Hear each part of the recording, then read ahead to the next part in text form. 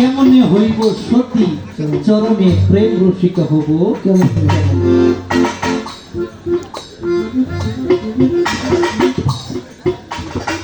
কেমনে হইব সতী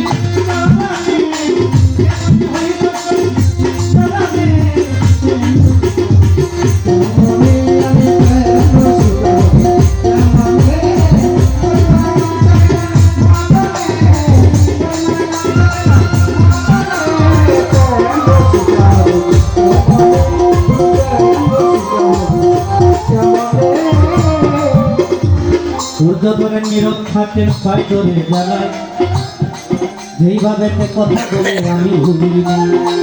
আপনারা যদি বাবা থাকেন একটু চুপ পাপের পেটটা কমাও দিয়া মনোযোগ।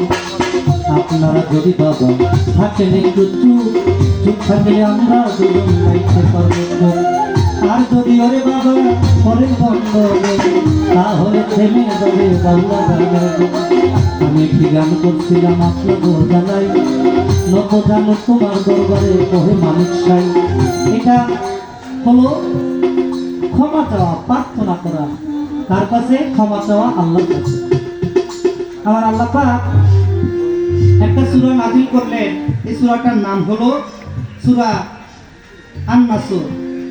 এটা হলো মাদানী সূরা। এটা হলো ক্ষমা চাওয়া।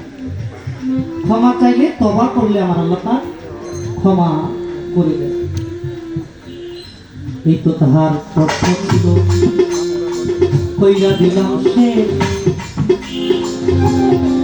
আমি আবার গানের ভিতরে জিগাইব বিশেষ কি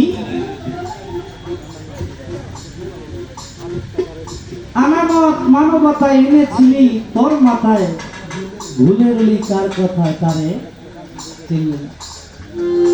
এই আনামত বস্তুটা কি? এই আনামতটা যে খেয়ানত করে ফেলে, কিভাবে খেয়ানত করে ফেলে এই আনামত বস্তুটা কি আমরা অনেকে জানি অনেকে জানি।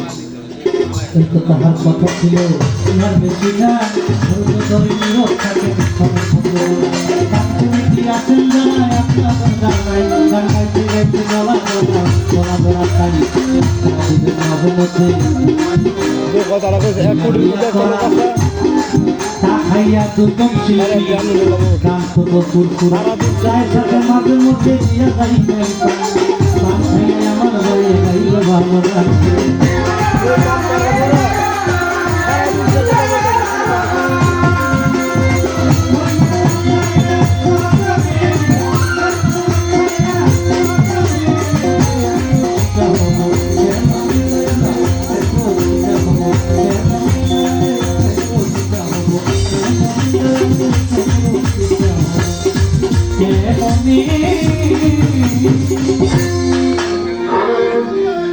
আমি চেষ্টা